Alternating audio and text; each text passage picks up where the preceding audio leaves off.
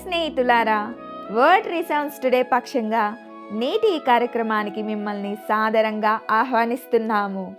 దేవుని బిడ్డలుగా మీరు మీ ఆధ్యాత్మిక జీవితాలను అర్థవంతంగా, దేవునికి మహిమకరంగా జీవిస్తున్నారని తలస్తున్నాము.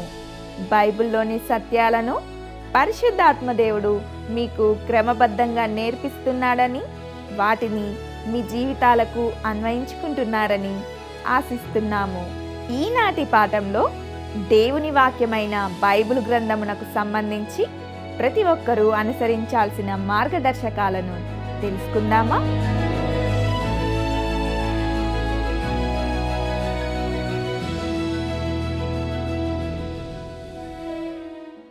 ప్రియులారా, నేటి మన ఈ పాఠాన్ని కీర్తనల గ్రంథము 119వ అధ్యాయము 18వ వచనంతో ప్రారంభించుకుందాం.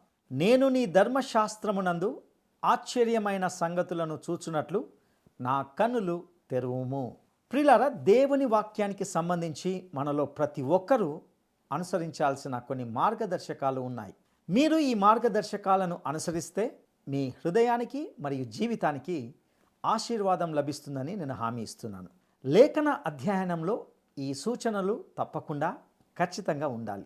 ఈనాడు ఒక మెడికల్ షాపులో ఒక చిన్న మాత్ర లేదా మందులు కొనుగోలు చేసినప్పుడు అది ఎంత చిన్నదైనప్పటికీ, ఎంతటి సామాన్యమైనదైనప్పటికీ దానిని ఎలా ఉపయోగించాలో తెలియజేసే సూచనలు దాని మీద ఉంటాయి.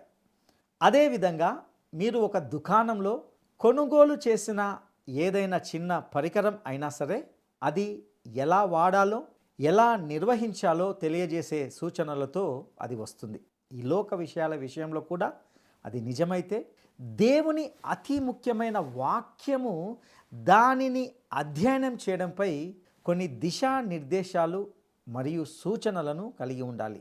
దేవుని వాక్య అధ్యయనానికి మార్గదర్శకంగా ఉండే 7 చాలా సులువైన కానీ ప్రాథమికమైన ప్రారంభ దశలను నేను మీతో ప్రస్తావించాలని అనుకుంటున్నాను. అవేమిటంటే, మొట్టమొదటగా ప్రార్థనతో ప్రారంభించాలి. రెండవదిగా బైబిల్ను చదవాలి. మూడవదిగా బైబిల్ను అధ్యయనం చేయాలి. నాలుగవదిగా బైబిల్ను ధ్యానం చేయాలి. ఐదవదిగా ఇతరులు బైబిల్పై రాసిన వాటిని చదవాలి. ఆరవదిగా బైబిల్కు విధేయత చూపించాలి. ఏడవదిగా దానిని ఇతరులకు అందజేయాలి. మీరు వీటికి జతగా అదనంగా మరిన్ని ఇతర విషయాలను కూడా చేర్చుకోవాలని అనుకుంటే చేర్చుకోవచ్చు. కానీ ఇవి ప్రాథమికమైనవి మరియు మూలాధారమైనవి అని నేను నమ్ముతున్నాను. ఎవరో పేరు తెలియని ఒక వ్యక్తి దానిని గూర్చి చాలా క్లుప్తంగా, స్పష్టంగా ఇలా చెప్పాడు. బైబిల్ను అనగా దేవుని వాక్యమును మీ తలలో అనగా మీ మనసులో తెలుసుకోండి, దానిని మీ హృదయంలో దాచుకోండి, దానిని మీ జీవితంలో చూపించండి, దానిని ప్రపంచంలో నాటండి. ఇది మనము మున్ముందు మాట్లాడుకోబోయే కొన్ని విషయాలను చెప్పడానికి మరొక మార్గం. దేవుని వాక్యమును దర్శించేటప్పుడు గుర్తుంచుకోవాల్సిన ప్రాముఖ్యమైన 7 ప్రాథమిక సూచనల్లో ఒక్కొక్క సూచనను లోతుగా ధ్యానించే ప్రయత్నం చేద్దాం. ప్రాథమిక సూచనల్లో మొదటిది ఏమిటంటే, ప్రార్థనతో ప్రారంభించాలి. ప్రకాశం అనే విషయాన్ని పరిశీలించినప్పుడు మనము చూసినట్లుగా బైబిల్ ఇతర పుస్తకాలకు భిన్నంగా ఉంటుంది. ఎందుకంటే పరిశుద్ధాత్ముడు మాత్రమే దానిని అర్థం చేసుకోవడానికి మన మనసులను తెరవగలడు.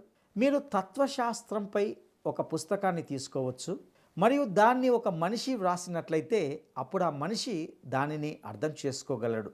అదేవిధంగా ఇదే సత్యము ఉన్నత గణితం లేదా ఏదైనా ఇతర విషయానికి కూడా వర్తిస్తుంది. ఎవరైనా మనిషి వ్రాసిన పుస్తకాన్ని మరొక మనిషి అర్థం చేసుకోలేనిది అంటూ ఏది లేదు. కానీ బైబిల్ భిన్నంగా ఉంటుంది. పరిశుద్ధాత్ముడు మనకు బోధకుడుగా లేకపోతే బైబిల్ గ్రంథాన్ని అర్థం చేసుకోలేము. మరియు ఆయన మనకు నేర్పాలని కోరుకుంటున్నాడు.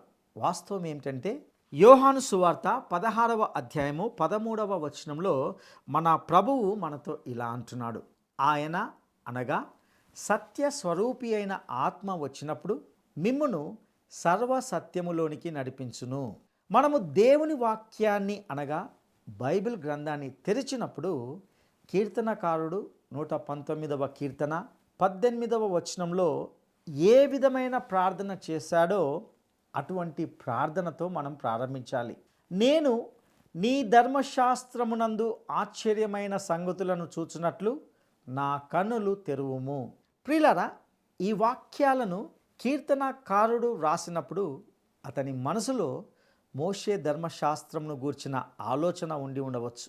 కానీ మనము దానిని విస్తృతపరచి బైబిల్లోని 66 పుస్తకాలను చేర్చి ఈనాడు ఇలా ప్రార్థించగలగాలి. దేవా, నేను నీ ధర్మశాస్త్రమునందు ఆశ్చర్యకరమైన సంగతులను చూచినట్లు నా కన్నులు తెరువుము. అపోస్తులైన పౌలు ఎఫెసీల కోసము ప్రార్థిస్తున్నప్పుడు అతడు వారి ఆరోగ్యం కోసం ప్రార్థించలేదు. ఒకవేళ ప్రార్థిస్తే వారి కోసము మరొక సమయంలో అతను ప్రార్థించి ఉండవచ్చు. మరియు వారు ధనవంతులు కావడానికి కూడా అతను ప్రార్థించలేదు. పౌలు ఎప్పుడు కూడా అలా ప్రార్థించడం నాకు తెలియదు. కానీ ఈ ఎఫెసీల కోసము పౌలు యొక్క మొదటి ప్రార్థన అతని చిన్న పత్రికలో, అనగా ఎఫెసీలకు రాసిన పత్రిక మొదటి అధ్యాయము 15-16 వచనాల్లో ఇలా నమోదు చేయబడింది. ఈ హేతువు చేత ప్రభువైన యేసునందలి మీ విశ్వాసమును గూర్చియు పరిశుద్ధులందరి ఎడల మీరు చూపుచున్న విశ్వాసమును గూర్చియు నేను వినినప్పటి నుండి మీ విషయమై మానక దేవునికి కృతజ్ఞతాస్తుతులు చెల్లించుచున్నాను. ఇప్పుడు పౌలు దేని కొరకు ప్రార్థిస్తున్నాడు అని మనం ఆలోచిస్తే, ఆయన తన ఉద్దేశమును తదుపరి 3 వచనాలైనటువంటి 17, 18 మరియు 19 వచనాల్లో ఈ రీతిగా కనపరుస్తున్నాడు.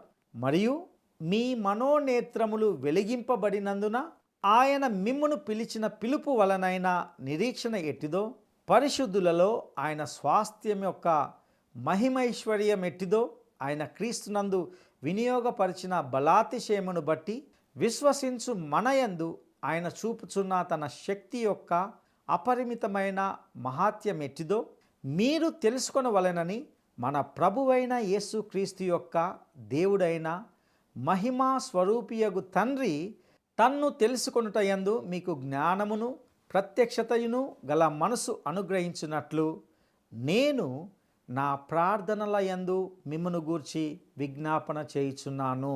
ప్రియులారా, మీరు చూస్తున్నారుగా, పౌలు ప్రార్థన ఏమిటంటే, వారు మన ప్రభువైన యేసుక్రీస్తు యొక్క దేవుడైన మహిమా స్వరూపియగు తండ్రి తన్ను తెలుసుకొనుటయందు మీకు జ్ఞానమును ప్రత్యక్షతయును గల మనసు అనుగ్రహించినట్లు, అంటే వారు దేవుని వాక్యాన్ని తెలుసుకోవాలని ప్రార్థిస్తున్నాడు. మరియు వారి మనోనేత్రములు వెలిగింపబడినందున ఆయన మిమ్మును పిలిచిన పిలుపు వలనైనా నిరీక్షణ ఎట్టిదో తెలుసుకోవాలని ప్రార్థిస్తున్నాడు. ఇది అపోస్తులుడైన పౌలు యొక్క ప్రార్థన. అలాగే ఎవరైనా నన్ను వారి వ్యక్తిగత ప్రార్థనలో జ్ఞాపకం చేసుకున్నప్పుడు వారు కూడా ఈ విధంగానే నా నేత్రములు, అనగా నా మనోనేత్రములు తెరవబడులాగున నా కొరకు ప్రార్థించాలని నేను కోరుకుంటున్నాను. నేడు మీకు మరియు నాకు అత్యంత ముఖ్యమైనది దేవుని చిత్తము తెలుసుకోవడమే అని నేను దృఢంగా నమ్ముతున్నాను. మరియు దేవుని చిత్తము దేవుని వాక్యమే. ఆత్మదేవుడు మనకు బోధకుడుగా లేనప్పుడు మనము దేవుని వాక్యాన్ని తెలుసుకోలేము. కొరింథీయులకు రాసిన మొదటి పత్రిక 2వ అధ్యాయము 12, 13 మరియు 14 వచనాల్లో పౌలు ఇలా చెబుతున్నాడు. దేవుని వలన మనకు దయచేయబడిన వాటిని తెలుసుకొనుటకై మనము లౌకికాత్మను కాక దేవుని యొద్ద నుండి వచ్చు ఆత్మను పొంది ఉన్నాము. మనుష్య జ్ఞానము నేర్పు మాటలతో కాక ఆత్మ సంబంధమైన సంగతులతో సరిచూచుచు ఆత్మ నేర్పు మాటలతో వీటిని గూర్చియే మేము బోధించుచున్నాము. ప్రకృతి సంబంధి అయిన మనుషుడు దేవుని ఆత్మ విషయములను అంగీకరింపడు. అవి అతనికి వెర్రితనంగా ఉన్నవి. అవి ఆత్మానుభవం చేతనే వివేచింపదగును గనుక అతడు వాటిని గ్రహింపజాలడు. ఈనాడు చాలామంది బైబిల్ నుండి ఏమి పొందని కారణం ఏమిటంటే, వారు దేవుని యొక్క ఆత్మను తమకు బోధించనివ్వడం లేదు. దేవుని వాక్యము ఏ ఇతర పుస్తకానికి చాలా భిన్నంగా ఉంటుంది. ఎందుకంటే ప్రకృతి సంబంధమైన మనుషుడు ఈ విషయాలను అంగీకరించలేడు. అతనికి అవి వెర్రితనంగా ఉన్నాయి. దేవుడు మనకు తన ఆత్మను అనుగ్రహించాడు. తద్వారా దేవుడు మనకు ఉచితంగా అనుగ్రహించిన విషయాలు ఏవో మనం తెలుసుకోగలం. ఆయన మాత్రమే మన బోధకుడు. ఆయన మాత్రమే దేవుని వాక్యాన్ని తీసుకొని దానిని మనకు వాస్తవికంగా మరియు సజీవంగా దయచేయగలడు. దేవుడు తన వ్రాతపూర్వక వాక్యం ద్వారా మనతో సంభాషించాలని అనుకుంటాడు. కానీ ఇది ఒక అతీంద్రియ గ్రంథం మరియు అది సహజ స్థాయిలో మనతో సంభాషించదు. ఎందుకంటే ఆత్మ దేవుడు మాత్రమే క్రీస్తు విషయాలను తీసుకొని మనకు వెల్లడించగలడు. లేఖనాల్లోని చాలా ఆసక్తికరమైన ఈ వాక్యాన్ని గమనించండి. దీనిని మనము అపోస్తులైన పౌలు కొరింథీయులకు రాసిన మొదటి పత్రిక 2వ అధ్యాయము 11వ వచనంలో మనం గమనిస్తాం. ఒక మనిషిని సంగతులు అతనిలోనున్న మనుష్యాత్మకే గాని మనుషులలో మరి ఎవనికిని తెలియను, అలాగే దేవుని సంగతులు దేవుని ఆత్మకే గాని మరి ఎవనికిని తెలియవు. ప్రియులారా, దేవుని ఆత్మ మనకు బోధకుడుగా ఎందుకు ఉండాలి అనే కారణాన్ని ఇది చాలా సంక్షిప్తమైన మరియు అర్థమయ్యే రీతిలో తెలియజేస్తుంది. మీరు మరియు నేను ఒకరినొకరము అర్థం చేసుకోగలము, కానీ మనము దేవుణ్ణి అర్థం చేసుకోలేము. మనము ఈ తరము వారితో సంభాషించలేము, సమాచార లోపం ఉంది అని మినహాయింపుల గురించి మాట్లాడడం పూర్తిగా అర్థం లేని సంగతి అని నేను నమ్ముతున్నాను. ఎలాంటి సమయంలోనైనా వృద్ధులు మరియు యవనస్తులు ఒకరితో ఒకరు కలిసి ఒకే దృష్టితో చూడడం అనేది కష్టం.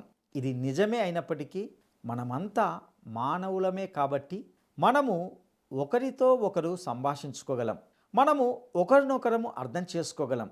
కానీ స్పష్టంగా చెప్పాలంటే ఆయన నాకు ప్రత్యక్షపరచబడని ఎడల నేను దేవుణ్ణి అర్థం చేసుకోలేను. ఎవరైనా ఒకరి భూస్థాపన వద్ద ఆయనకు ఎలా అనిపిస్తుందో అని నేను చాలాసార్లు ఆశ్చర్యపోయేవాడిని. కానీ లాజరు సమాధి వద్ద ప్రభువైన యేసును చూశాం. అలాగే ఆయన కన్నీళ్లు విడిచాడని చూశాం. తద్వారా ఈనాడు ఆయనకు ఎలా అనిపిస్తుందో మనకు తెలుసు. అలాగే అనేక విషయాల గురించి ఆయనకు ఎలా అనిపిస్తుందో మనకు తెలుసు. ఎందుకంటే ఆత్మ దేవుడు దేవుని యొక్క వాక్యము ద్వారా వాటిని మనకు వెల్లడి చేశాడు. ఒకసారి దైవ సేవకుడైన వర్నన్ మెగ్గి గారు ఒక సంఘానికి కాపరిగా ఉంటున్నప్పుడు జరిగిన సంఘటనను ఈ విధంగా తెలియజేశాడు. ఒక ప్రకాశవంతమైన ఉదయము నేను లేచి కిటికీ బయట చూశాను. రాత్రిపూట చాలా పొగమంచు పడినందున అక్కడ అందంగా లేని స్థలాన్ని ఒక అందమైన దుప్పటితో కప్పివేసినట్లుగా ఉంది. నేను పైన నా కోసం కేటాయించిన గదిలో కూర్చొని ఆ అందమైన దృశ్యాన్ని బయట చూస్తున్నప్పుడు ఆ ప్రాంతంలోనే నివసించే ఆ సంఘ పెద్దల్లో ఒకరు తన వరండాలోకి 2 చెత్తతో కూడిన బకెట్లతో బయటకు వస్తున్నట్లు గమనించాను. అతను ఆ వీధిలో ఉన్న ఒక మూలకు వాటిని ఖాళీ చేయబోతున్నాడు. అతడు నిల్చొని చుట్టూ చూస్తున్నట్లు నేను చూశాను మరియు నేను చిరునవ్వు నవ్వాను. ఎందుకంటే రాత్రిపూట పడిన హిమాన్ని చూస్తున్న నాకు అనిపించినట్లే అతనికి కూడా అనిపిస్తుందని నాకు తెలుసు. కానీ అతడు మెట్లు దిగడం ప్రారంభించినప్పుడు అతడు జారిపడ్డాడు. తన చేతిలో ఉన్న చెత్త క్రింద పడిపోకుండా ఉండాలని అతడు వాటిని గట్టిగా పట్టుకునే ప్రయత్నంలో ఆ మెట్లలో ఒకదానిపై బలంగా పడిపోయాడు. ఇదంతటిని పైనుండి చూస్తున్న నేను నవ్వకుండా ఉండలేకపోయాను. కానీ అతడు లేచి చుట్టూ చూడడాన్ని నేను గమనించాను. అప్పుడు చుట్టుపక్కల ఎవ్వరూ తనను చూడలేదని తృప్తి చెందిన తర్వాత అతడు గొప్ప తృప్తితో లేచి మళ్ళీ బయటకు వెళ్ళాడు. అలా ఆ మార్గంలో సగం దూరంకి వెళ్ళిన తర్వాత నేను మరోసారి అదే విధంగా జరగడం చూశాను. ఈసారి మాత్రము అతడు చాలా దూరం వరకు పడిపోయాడు మరియు అతడు పడిపోయినప్పుడు ఎగిరి పడడాన్ని నేను చూశాను. ఈసారి అతడు ఆ ప్రాంతమంతటిని నిజంగా చుట్టూ పరిశీలించాడు. తను ఏమి చేశాడో ఎవరు చూడకూడదని అతను కోరుకున్నాడు. ఆ సమయంలో అతనికి ఎలా అనిపిస్తుందో నాకు తెలుసు. నాకు కూడా అలాగే అనిపించేది. అతడు లేచి చుట్టూ చూశాడు, బయటకు వెళ్ళి చెత్తను ఖాళీ చేశాడు మరియు అతడు వరండాకు తిరిగి వచ్చినప్పుడు అతను మళ్ళీ చుట్టూ చూశాడు. ఈసారి ఆ అందమైన పొగమంచు దృశ్యాన్ని అనుభూతి చెందడానికి కాదు, తను పడిపోయినట్లు ఎవరు చూడలేదని నిర్ధారించుకోవడానికి అని నేను భావిస్తున్నాను. ఆదివారం ఉదయం వరకు నేను ఒక్క మాట కూడా మాట్లాడలేదు. నేను చర్చిలోకి వచ్చినప్పుడు అతడు కూర్చున్న ప్రదేశం పక్కనే వెళ్ళి క్రిందకు వంగి, నీవు నిన్న చెత్త బకెట్లు తీసుకొని వెళ్తున్నప్పుడు నిజంగా చాలా హాస్యంగా కనిపించావు అని అన్నాను. అతడు ఆశ్చర్యంతో నా వైపు చూశాడు. అతడు, నీవు నన్ను చూసావా అన్నాడు. నేను అవునని చెప్పాను. సరే, చూసేసావు కదా అని అతడు అన్నాడు. నన్ను ఎవరు చూడలేదు అని నేను భావించాను. అప్పుడు నేను అలాగే అనుకున్నాను, కానీ నీకు ఎలా అనిపించిందో నాకు ఖచ్చితంగా తెలుసు అని ఆ దైవ సేవకుడు అన్నాడు. ప్రియులారా, మీరు చూసారా, అతనికి మనుష్యాత్మ ఉంది మరియు నాకు మనుష్యాత్మ ఉంది. మేము ఒకరినొకరు అర్థం చేసుకున్నాము, కానీ దేవుణ్ణి ఎవరు అర్థం చేసుకోగలరు?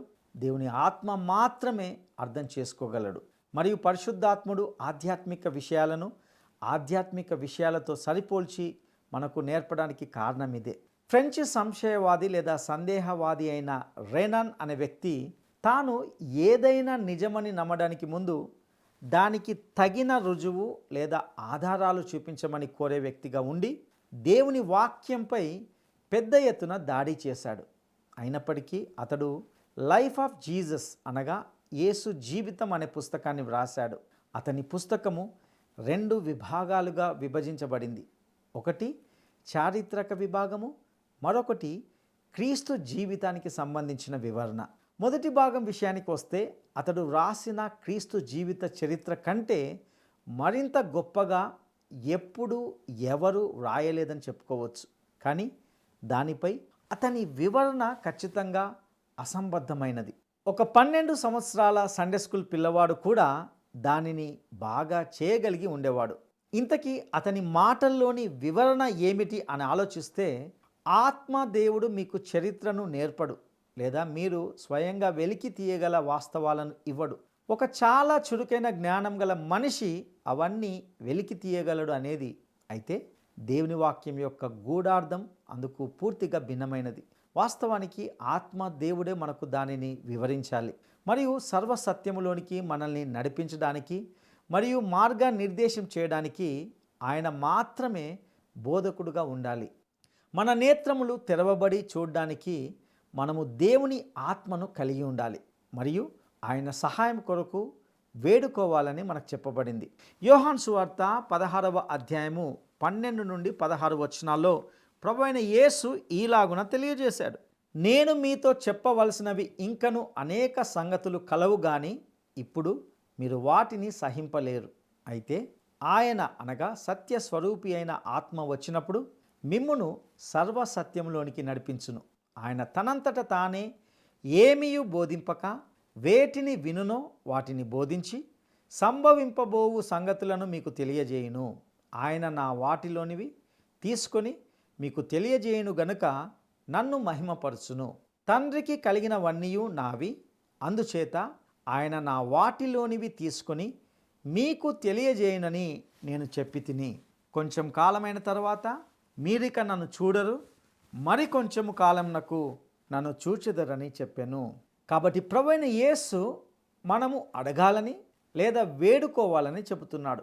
ఆయన యొద్ద మన కొరకు అనుగ్రహించుటకు అనేక విషయాలు ఉన్నాయి మరియు ఆయన మనకు బోధకుడిగా ఉండడానికి పరిశుద్ధాత్ముని పంపాడు.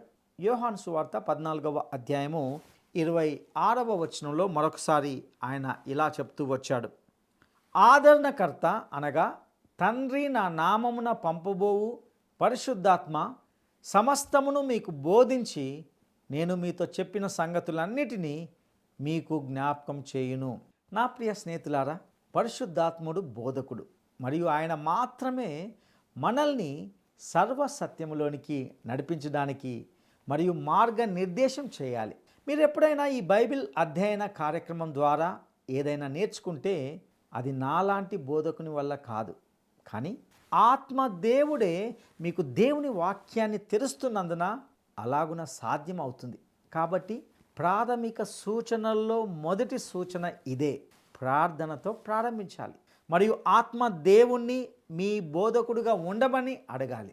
ప్రియ సహోదరుడా, సహోదరి, ఈ లోకంలో ప్రతిదానికి దాని వినియోగానికి సంబంధించి అది ఎలా నిర్వహించాలో దానిని ఎలా వాడాలో తెలియజేసే సూచనలను కలిగి ఉంటుంది. అదేవిధంగా దేవుని వాక్యానికి సంబంధించి మనలో ప్రతి ఒక్కరూ అనుసరించాల్సిన కొన్ని మార్గదర్శకాలు ఉన్నాయని ఈ సందేశం ద్వారా తెలుసుకున్నాం.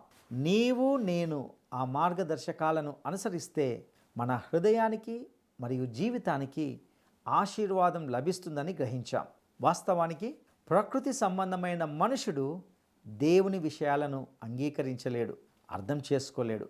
అతనికి అవి వెర్రితనంగా ఉంటాయి. అందుకే దేవుడు మనకు తన ఆత్మను అనుగ్రహించాడు. తద్వారా దేవుడు మనకు ఉచితంగా అనుగ్రహించిన విషయాలు ఏవో మనం తెలుసుకోగలుగుతాం. ఆయన మాత్రమే మన బోధకుడు. ఆయన మాత్రమే దేవుని వాక్యాన్ని తీసుకొని దానిని మనకు వాస్తవికంగా మరియు సజీవంగా దయచేయగలడు. పరిశుద్ధాత్ముడు మనకు బోధకుడుగా లేకపోతే బైబిల్ గ్రంథాన్ని మనం అర్థం చేసుకోలేం. అందుకే మనము మన పఠనాన్ని ప్రార్థనతో ప్రారంభించాలి.